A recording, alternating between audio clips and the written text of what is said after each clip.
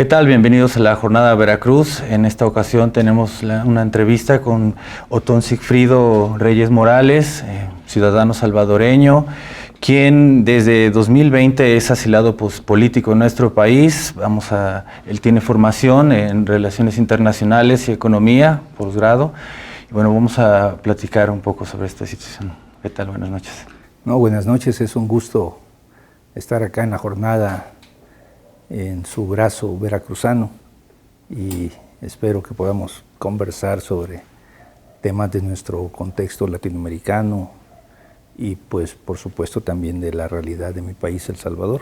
Efectivamente tengo ya más de 4 años de haber llegado a México y de haber sido reconocido como asilado político por toda una persecución precisamente de naturaleza política, arbitraria, injusta, infundada, que se desató contra mi persona, contra mi familia, allá en El Salvador. Soy una persona que ha luchado toda la vida por las causas sociales, desde muy joven. Participé también en la lucha armada que se dio en El Salvador en los años 80.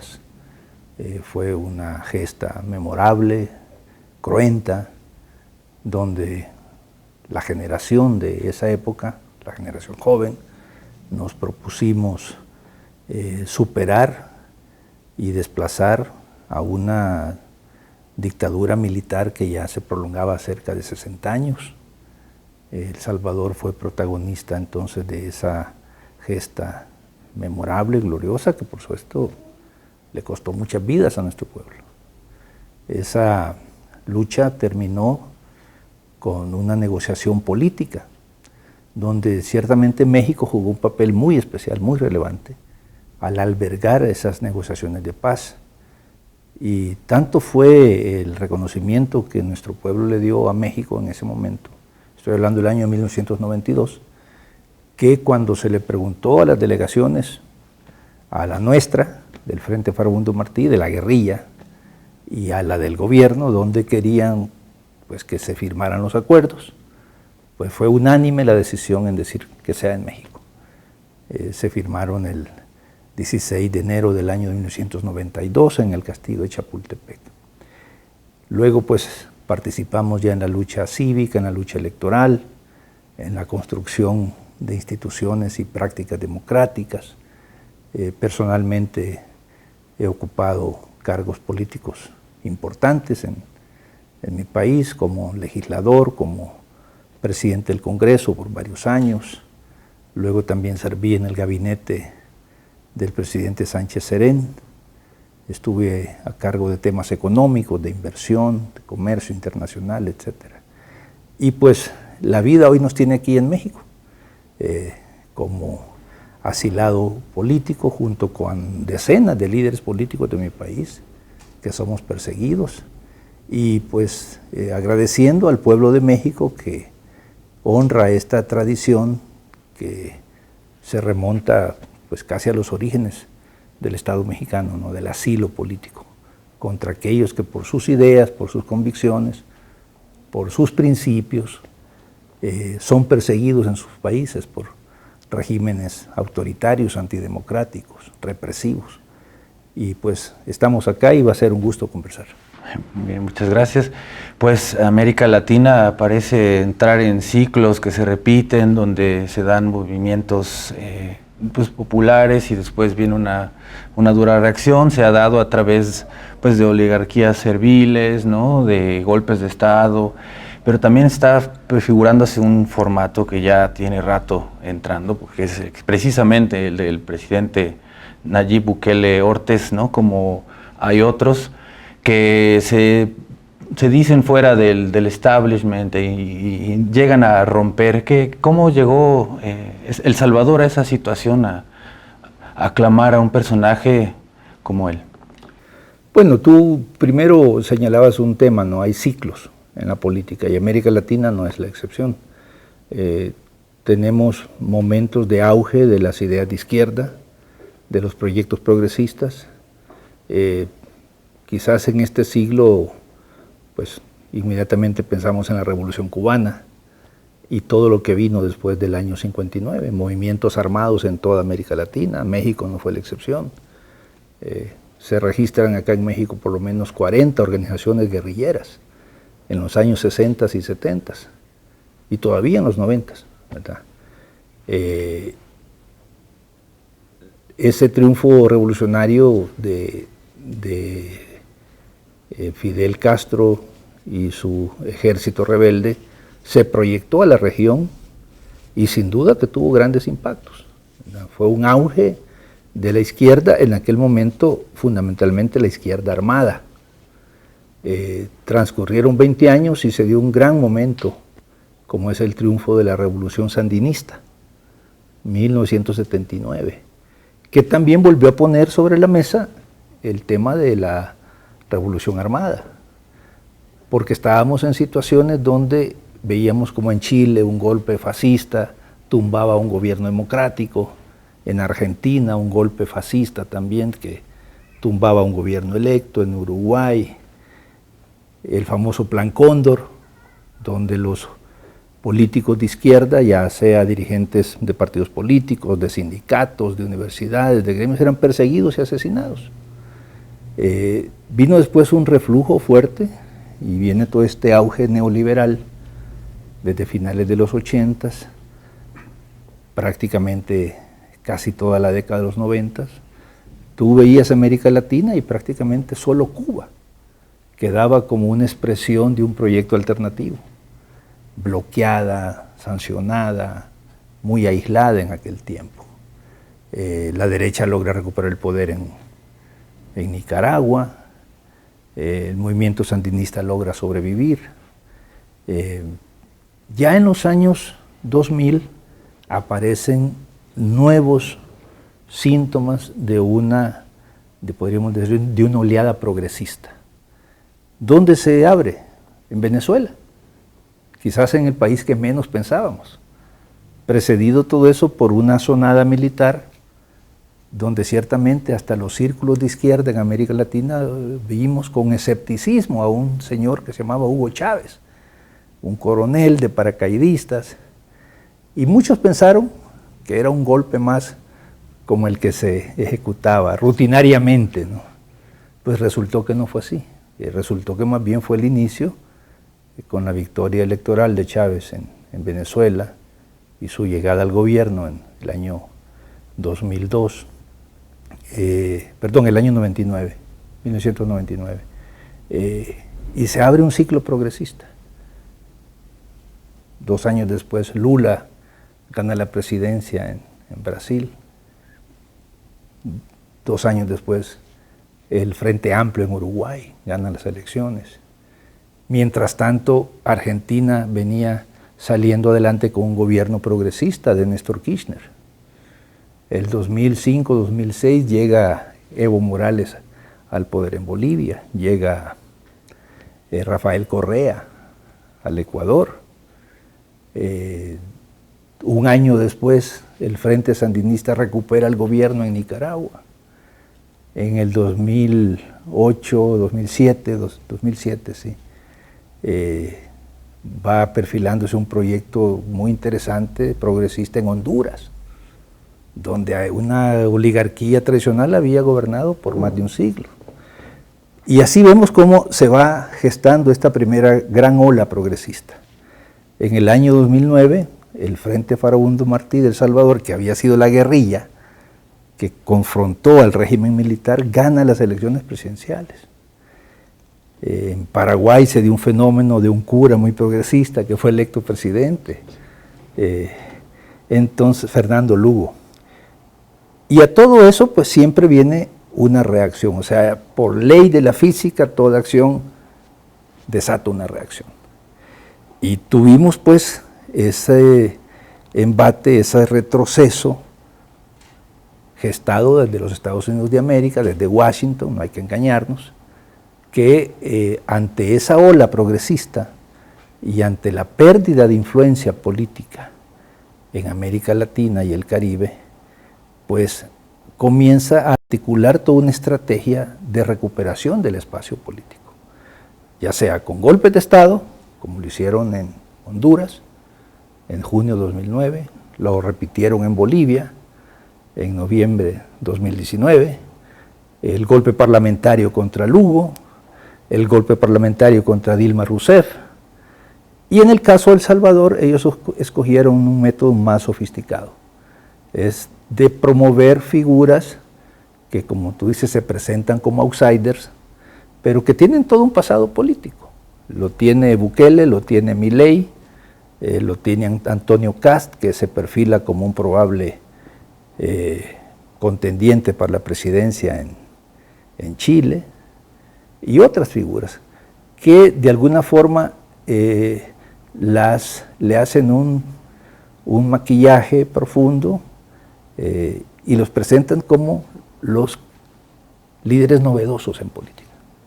Son formados, son de alguna manera preparados para presentarse como tales, y en este mundo de hoy en día aparece un nuevo elemento que buscan sobre todo hacer política virtual, redes sociales, TikTok, Twitter, Facebook, Instagram, lo que sea, y se presentan entonces como algo novedoso. Pero cuando ya tú examinas su perfil ideológico y político, con poco que rasgues ese maquillaje te encuentras con la vieja política, y peor aún, con una política que en nuestros países, y en el caso de El Salvador, ya la pensábamos superada, ¿no? Violación de los derechos humanos, abusos de poder, corrupción, autocracia, intentos de perpetuarse en el poder, mesianismo, entrega de los intereses nacionales, represión al máximo, que en términos de doctrina política eso se llama fascismo. Así se llama y hay que decirlo. No es que sea lo nuevo, es simplemente, como creo que hay una frase en la Biblia que dice, vino viejo en odres nuevos. Sí, vino odres nuevos, ¿no? ¿Sí? Te quieren presentar como lo novedoso, como lo moderno, lo que no es más que un reciclaje del viejo y antiguo fascismo. Eso es lo que estamos viviendo hoy día en El Salvador, y es el proyecto que está abriéndose paso en Argentina y que se está preparando a retomar el poder en Bolivia, a retomar el poder en Chile. Vemos esta sonada en el Perú, que derroca a un presidente legítimo, de origen popular, que es algo que la aristocracia peruana no puede perdonar, ¿verdad? Que un maestro de la sierra, con un gran sombrero, pues venga a gobernar el Perú. Eso es lo que estamos viviendo. Es un resurgir del fascismo con expresiones posmodernas, llamémosle, con el uso intensivo de tecnologías de información, pero que en su programa, cuando ya lo ves en detalle, pues es más de lo mismo. Represión por un lado y uso del aparato del Estado para favorecer a las viejas élites y además permitirle a los Estados Unidos recuperar el terreno perdido. Porque yo sé que detrás de todos estos juicios, de todas estas persecuciones, y lo digo por mi caso personal, está presente la sombra y la mano de los gobiernos de los Estados Unidos de América. Bueno, ¿cómo llega a El Salvador? ¿Cómo se da esta transición en plena etapa, en el 92, en plena etapa neoliberal, ¿no? ¿Cómo se da este cambio de la guerra civil y pues que va gestionando? Porque va dando lugar a esta situación, porque bueno, casi no se habla sobre la situación económica, solamente tenemos ideas muy genéricas de que hay mucha pobreza y mucha inseguridad, como se dice de todo el continente, ¿no? Sí. Mira, el acuerdo de paz que firmamos en el año 92, en el caso de El Salvador, lo que preveía era una profunda reforma política. Teníamos un sistema político militarista, represivo, desconocedor de los más elementales derechos de la persona,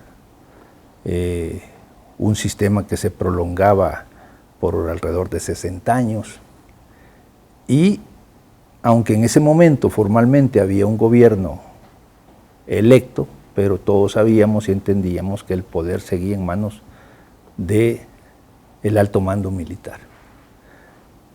Por eso en la negociación nos concentramos en desmilitarizar el país, desmilitarizar la política, desmilitarizar el Estado. En la antigua Constitución de El Salvador, las Fuerzas Armadas tenían 14 funciones. Incluso tenían la atribución de determinar si los resultados electorales correspondían o no a la voluntad popular. Hasta ese extremo se llegaba. Supremo. Sí, eran un poder supremo. Y todo eso se reflejaba y se expresaba en la Constitución, en la ley magna de un país.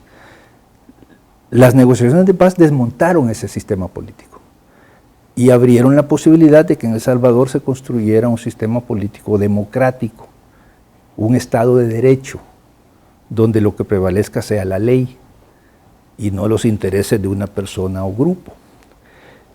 En ese momento, ciertamente estaba en su apogeo el neoliberalismo, las privatizaciones, la disminución del Estado, la reducción del gasto social, todo lo que ya pues, modernamente se conoce como la mantra del neoliberalismo. No vamos a entrar en detalle de eso, México también vivió su momento de eso, pero toda América Latina vivió su momento. Y nosotros en la negociación pues llegamos a la conclusión que era muy difícil, por no decir imposible, que en una mesa de negociación en medio de una guerra, lo que fueras a cambiar fuera el modelo económico. Por eso, dentro de nuestra estrategia negociadora, lo central fue cambiar el régimen político. Porque una vez que la gente tenga libertades, una vez que la gente se pueda expresar, que pueda organizarse, que pueda salir a las calles, realizar una protesta, una huelga, un rechazo pacífico a tal o cual política, pues allí iba a empezar a expresarse el verdadero sentir de la gente. Y eso fue lo que pasó. Nosotros entramos a la política y nuestra primera prueba de fuego fue un año después de las negociaciones. Había que ir a una elección presidencial, a una elección de diputados. Nosotros no sabíamos de elecciones. Esa primera elección fue como la pérdida de la inocencia. En nuestras caras nos hacían el fraude. O sea, porque no teníamos ninguna referencia a lo que era la competencia electoral. Pero fuimos aprendiendo y fuimos ganando posiciones en el Estado, diputados, alcaldes. ¿Fue sobre las mismas instituciones que ya preexistían que se empezaron a desarrollar estas elecciones? No, porque parte de la reforma del régimen político fue abolir las viejas instituciones. Okay, muy bien. Un nuevo sistema electoral, un nuevo tribunal electoral, un nuevo sistema judicial. La desmilitarización también implicó que las Fuerzas Armadas, de esas 14 funciones que tenían, incluso la seguridad ciudadana, etcétera, les quedaran solo dos funciones: defender la soberanía nacional y la integridad del territorio. 2 funciones. Y excepcionalmente, colaborar con otra institución nueva creada por los acuerdos de paz, que fue la Policía Nacional Civil, para apoyarles en tareas de seguridad ciudadana, excepcionalmente. El ejército fue depurado, los oficiales que tenían graves señalamientos de violación a los derechos humanos, de haber participado en masacres, en torturas, en desaparecimientos, fueron sacados del ejército. El tamaño del ejército se disminuyó, se creó una institución separada de carácter civil para la función de seguridad ciudadana, porque hasta ese entonces y por décadas la defensa nacional y la seguridad ciudadana estaban bajo el mismo mando de las Fuerzas Armadas. O sea, para entrar a esa competencia electoral, volviendo a tu pregunta, pues lo hicimos sobre las bases nuevas, porque sobre las bases antiguas era imposible. Y en el 2009 ganamos la presidencia de la República, por primera vez. Fue una lucha muy larga, porque al igual que ha sucedido aquí en México y en otros países, pues la vieja cantaleta de la derecha tradicional era: la izquierda no sabe gobernar, si la izquierda llega al gobierno esto va a ser un desastre, vamos a perder los derechos, vamos a ir en retroceso, la economía se va a derrumbar, va a ser una dictadura. Bueno, no fue fácil, porque convencer a la gente que eso no iba a ser así, y que al contrario, la llegada de un gobierno de izquierda iba a significar más democracia, más derechos humanos, más libertades para la gente, e incluso más oportunidades de bienestar económico. No fue fácil, pero lo logramos el 2009. Y El Salvador logró entrar en esa corriente de ese primer ciclo progresista que ciertamente fue el predominante durante por lo menos 15 años. Hoy podemos decir que estamos en un segundo ciclo progresista, pero con mucha disputa. Yo creo que ese ciclo progresista, sin duda alguna, lo inauguró México en el año 2018, cuando pues, una coalición de fuerzas políticas y sociales, progresistas y de izquierda, logra llegar a la presidencia de la República. Bolivia, en un año habían recuperado también el gobierno. Luego llega Lula, de nuevo. ¿Quién se iba a imaginar a un Lula desprestigiado, vilipendiado? Ya lo querían liquidado. Que había salido de la cárcel apenas un año antes. Iba a volver a ser presidente de Brasil, como lo dice Lula. Creyeron que me habían sepultado, y dice Lula: yo salí de la tumba y aquí estoy.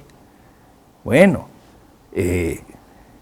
en Colombia, en Honduras, Xiomara Castro, ¿verdad? Después de 13 años de lucha contra los golpistas. Obviamente hay reacciones, y ahí viene de nuevo mi punto. El poder hegemónico de esta región del mundo, que son los Estados Unidos, pues también, como dicen aquí en México, están haciendo su chamba. Y su chamba en algunos momentos es orquestar golpes de Estado, en otros momentos es financiar a la oposición, en otros momentos es tratar de aislar a los gobiernos progresistas, en otros momentos es perseguir a los líderes progresistas y de izquierda a través de fiscales y jueces corruptos.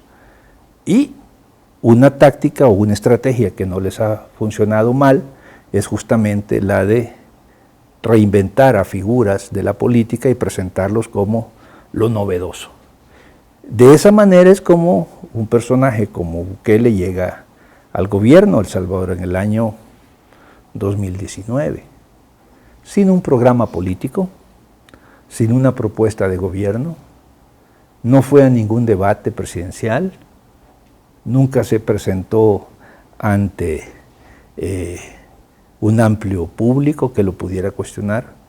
Una figura de marketing político, exactamente, pero ya patrocinado por Washington. Porque si hay algo que para Washington ha estado muy claro toda la vida en El Salvador y en el resto de América Latina y el Caribe, es que los gobiernos progresistas, antiimperialistas, que reclaman independencia, soberanía, respeto, no son bienvenidos en Washington. Aunque por algún momento te puedas reunir con el presidente Biden o Trump y te tomes la foto, pero en el fondo ellos no están a gusto, porque su hegemonía se ha debilitado. Y cada país que entra en la órbita progresista debilita más ese hegemonismo de los Estados Unidos. Y si esto lo vemos ya en un contexto más global, geopolítico, pues están viendo siempre, bueno, y cómo frenar. Antes era la Unión Soviética, ¿no? Hasta finales de los 80s. Moscú, la mano de Moscú, el oro de Moscú, los empleados de Moscú. Ese era, en ese momento, en aquellas décadas, era el paradigma de Estados Unidos en la región, enfrentar la influencia soviética. Hoy eso ha cambiado, hoy hablan ya de concentrarse para enfrentar la influencia china. Y como ustedes se dan cuenta, hoy en día pareciera ser la preocupación central del imperio en Washington, cómo frenar la influencia china. Un gobierno de izquierda en El Salvador se atrevió a dar un paso que fue difícil de tomarlo por las presiones de Estados Unidos y la presión de la derecha local. Normalizar relaciones con China popular. Eso fue un terremoto político porque durante varios años, a pesar de que estábamos en el gobierno, las presiones de Estados Unidos eran tan fuertes sobre nuestra Cancillería, sobre nuestra presidencia, para evitar dar ese paso. Sí, y lo hicimos. Lo hizo el presidente Sánchez Serén, y pues la reacción de Estados Unidos, en ese momento estaba el señor Trump, fue una reacción histérica. Y la reacción de la derecha local, incluyendo de este señor Bukele, fue igual. Es más, parte de su campaña, recuerdo en el 2018-19, fue que de llegar al gobierno iba a revisar esa decisión. Cosas de la vida.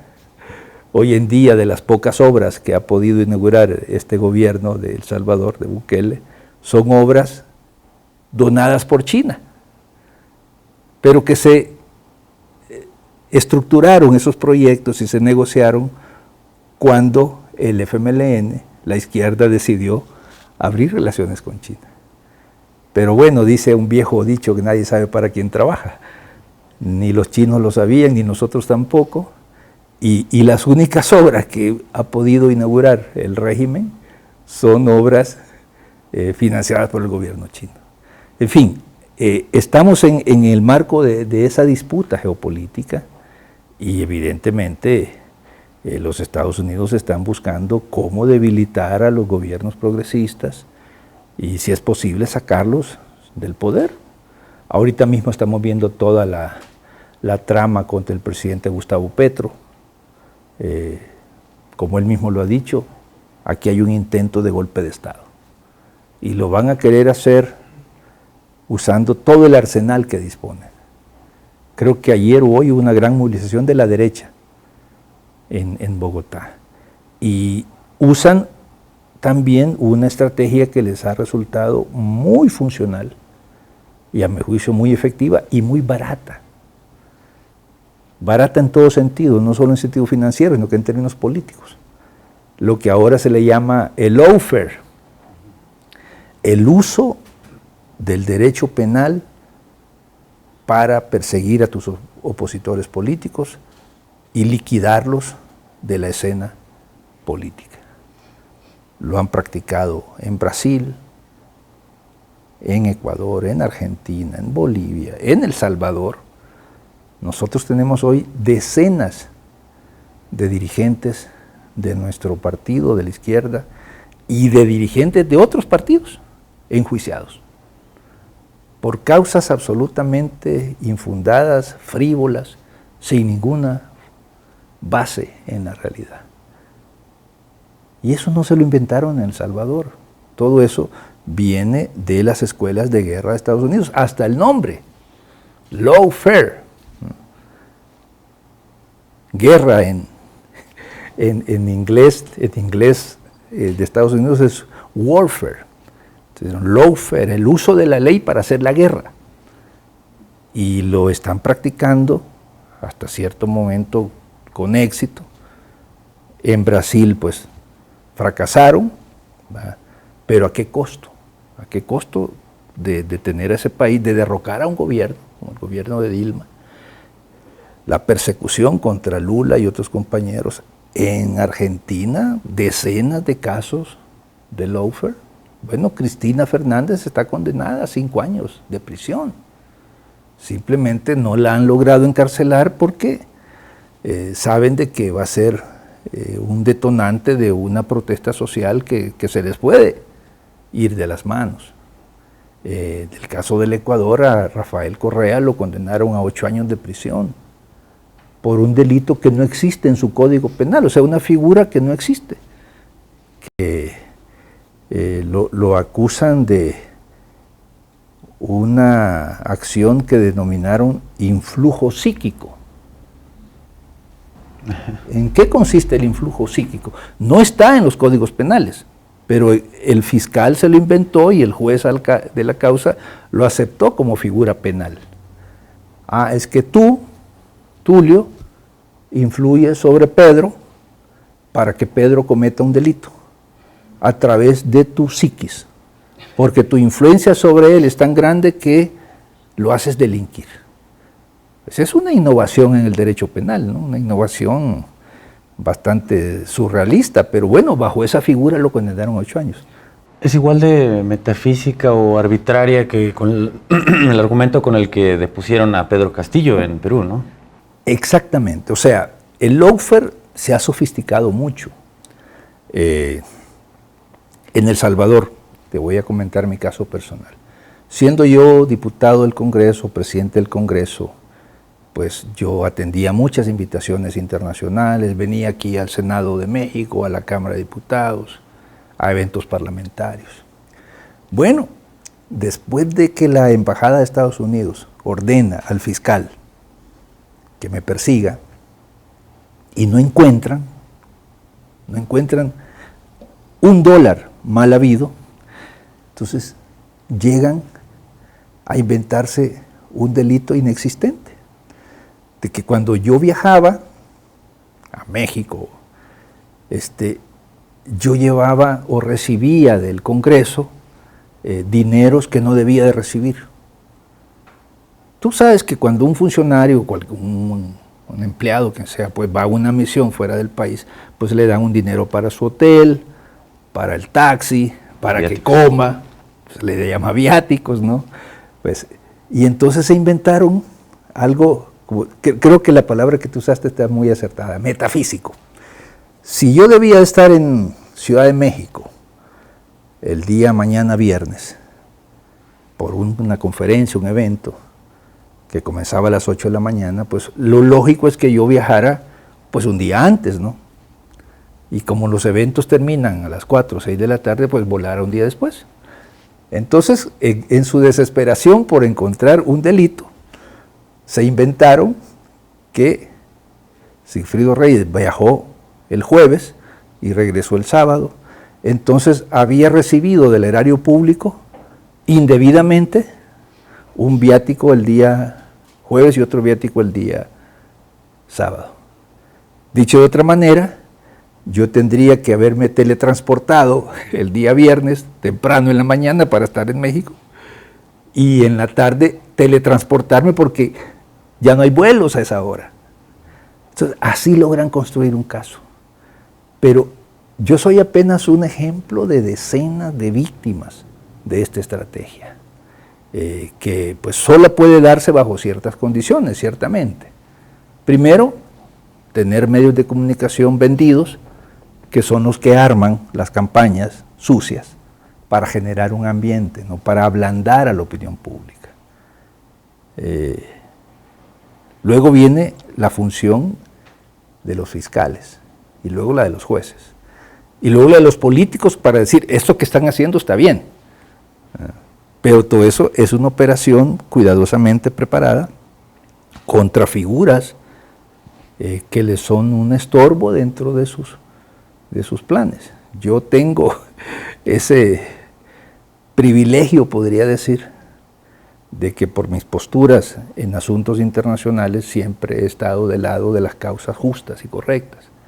Y eso es lo que no me perdonan los Estados Unidos, de que he sido siempre solidario con Cuba, con Palestina, con Venezuela, con Nicaragua, con Siria, con Irak. Siempre hemos estado defendiendo a nuestros migrantes, siempre hemos estado denunciando las guerras imperialistas, sus invasiones, sus asesinatos, su doble moral, como la que ahora tienen en Israel, en Gaza, que en público dicen estar disgustados con Netanyahu, pero no han dejado de mandarle millones y millones de dólares en armas. Así que este tema del lawfare, de la persecución arbitraria, usando las instituciones del sistema de justicia, pues ciertamente hoy en día es de los instrumentos favoritos de los gobiernos de Estados Unidos. Y de eso estoy hablando de demócratas y republicanos, porque allí opera lo que se le llama el Estado profundo. No importa quién esté al mando formal, La misma política. es la misma política. Y bueno, este régimen fue muy sonado cuando Bukele hizo aplicar, ¿no?, ciertas reformas favorables para sus intereses, llevando al ejército al Congreso, ¿no?, la Asamblea Legislativa. Es un mensaje de una restauración del régimen previo. ¿Hay más o menos las mismas condiciones que existían antes? Sí, yo creo que es como el intento primero de revivir el absolutismo. El absolutismo es un sistema político que pensábamos ya superado desde hace décadas o siglos. El monarca mandaba y su palabra era ley. Ese intento del 9 de febrero del 2020 fue de las primeras manifestaciones del carácter de este personaje, ¿no? Su intolerancia frente a aquellos que le dicen no. Lo cual a la vez es la intolerancia a la democracia, porque en un Estado democrático nadie tiene el poder absoluto, nadie. En México no lo tiene, en España no lo tiene, en Japón no lo tiene.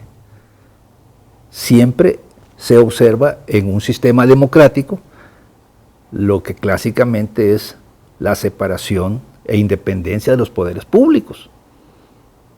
Si quiere ser república y quiere ser democrático. Esa fue como la primera manifestación. Y derivado de eso, revivir el militarismo.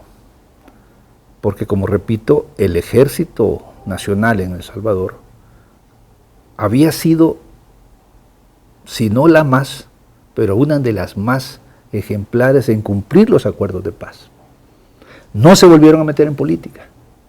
No volvieron a intentar controlar el Estado. Hoy en día todo eso ha cambiado significativamente. Se ha revivido la cultura militarista. Y de hecho, pues lo que vemos hoy en día es el uso y abuso de las Fuerzas Armadas bajo una supuesta estrategia de seguridad ciudadana. Lo de esa incursión, que pues creo que le dio la vuelta al mundo, fue apenas el asomo de lo que vendría más tarde, a tal punto de que hoy en día podemos afirmar sin ninguna duda que El Salvador ha dejado de ser un país con un Estado constitucional de derecho. La Constitución existe, pero ya no se cumple. Y estamos pues prácticamente a pocos días de que se inaugure ya una etapa formal de dictadura, ilegítima, inconstitucional. La Constitución proclama una serie de principios como los que he comentado, ¿no? La primacía del poder civil, la separación de los poderes públicos, el respeto a los derechos humanos, el respeto al derecho a la vida, a la libertad, al debido proceso, a la presunción de inocencia, a la libertad de expresión, de organización, el derecho a la defensa. Todo eso está suprimido en la práctica. Está todavía escrito en la Constitución, pero en la práctica eso está liquidado. ¿Y cómo sorteó pues, su aplicación y además, este personaje, ¿no?, para poder brincarse todas estas normas, pero además, ¿cómo es que el pueblo no se alarmó ante esta tendencia? Sí, justamente yo creo que uno de los éxitos de las políticas fascistas de antes y de hoy es que son muy hábiles en la propaganda. Recuérdate que Hitler tenía un asesor de extraordinarias y perversas capacidades, Joseph Goebbels, a cargo del Ministerio de Propaganda. Y fue él quien se inventó aquella máxima que ahora pues es una verdad incontrovertida, ¿no? Una mentira repetida 1000 veces se convierte en verdad. Estos regímenes neofascistas, creo que en ese sentido hacen un excelente trabajo desde el punto de vista técnico, no ético, porque han logrado montar narrativas, discursos, posverdades, donde todo lo bueno que se pudo hacer en un gobierno progresista, a través de la manipulación, la mentira, lo convierten en una narrativa oscura, negra. Yo lo veo aquí en México, sin entrar en detalles, ¿no? De que las cosas positivas se presentan como negativas, medios de comunicación especializados en eso, historias que se montan para destruir a personajes políticos. En eso han sido muy efectivos. Y creo que han sido también muy hábiles en lograr llegar a nuevas generaciones de votantes que no tienen tal vez ni la más remota idea de lo que fue un pasado de dictadura, de corrupción, de persecución, de torturas, de exilio. Entonces logran captar ese público. Hoy en día se han desarrollado técnicas muy sofisticadas de manipulación masiva de mentes.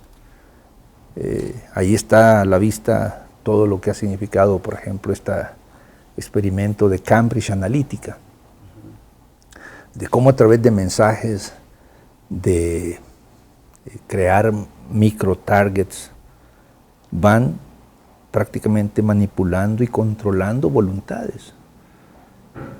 Uno cree que está interactuando usando un Facebook, un Twitter, un TikTok, pero resulta todo lo contrario. Cada vez que tú le estás dando un input, un like, conocen más de ti. Llega a tener un perfil de cada persona. Y una vez tenido ese perfil, vienen los mensajes dirigidos para que puedas cambiar tus actitudes políticas, tus simpatías. De manera que lo que ayer veías como justo, como válido, como legítimo, hoy en día lo ves al contrario. Y lo que detestabas, lo que te generaba rechazo, pues hoy te genera simpatía.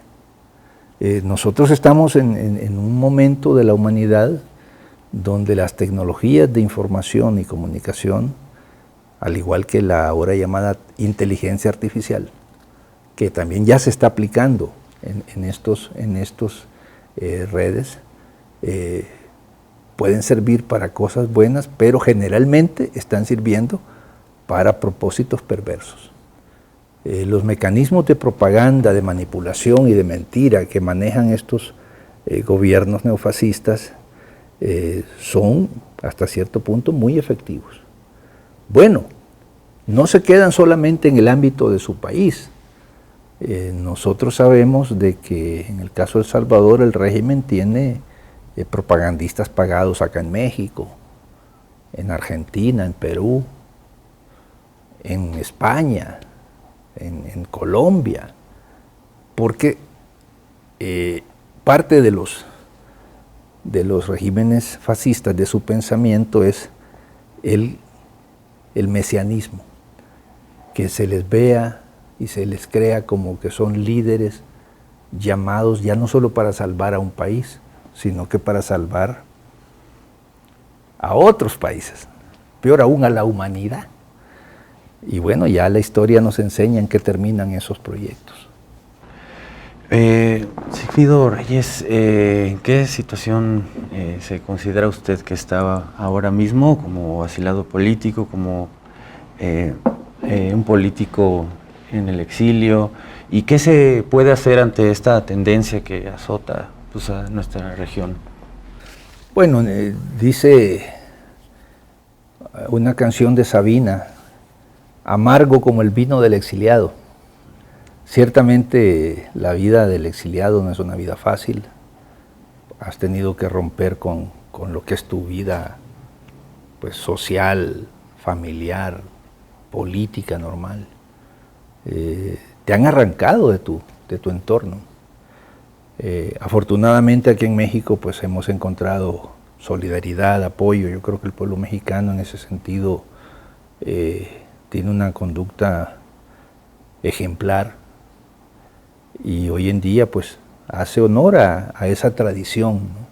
O sea, no es porque esté escrito en la Constitución el derecho de asilo, no, nosotros lo hemos vivido en diversas generaciones, ¿verdad? Porque en los años 80 aquí llegaron miles de compatriotas que venían huyendo de la persecución, de la tortura, de las desapariciones.